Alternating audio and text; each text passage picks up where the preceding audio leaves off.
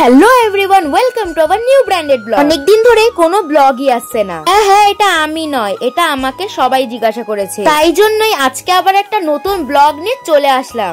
Last যেদিন blog দিয়েছি তার পরের দিন থেকে আমার প্রচন্ড শরীর খারাপ, তাই আমি ভেবেছি সামনেই তো আমার কাকুর বার্থডে, তাই সেই দিনই আমি একটা ব্লগ পোস্ট করবো। আর কি এই ব্লগটা নিয়ে চলেই আসলাম। আর এইদিকে হয়ে গেছিল একটা কাণ্ড। আমার ঠাকুমাকে বলেছিলাম হাই করতে, হাই না করে টাটাই দিয়ে দিল।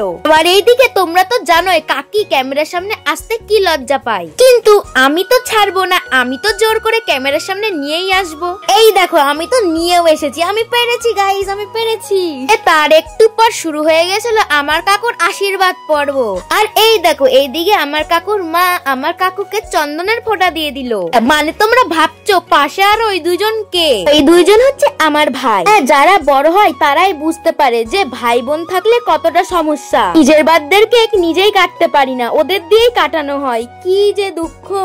চলো ওসব বাদ দিয়ে এদিকে দেখো গরমা গরম লুচি আমার কাকু সার্ভ করছিল, আর সাথে দেখো কাবলি ছোলার ঘুগনি, আর দিয়ে দিয়েছিল চিকেন। খেতে কিন্তু দারুণ টেস্টি হয়েছিল। আর তোমরা বলো তো আমি যে কাকুকে গিফটটা দিয়েছি ওর মধ্যে কি থাকতে পারে? গেস করলে সবাই কমেন্টে জানিও। টাটা।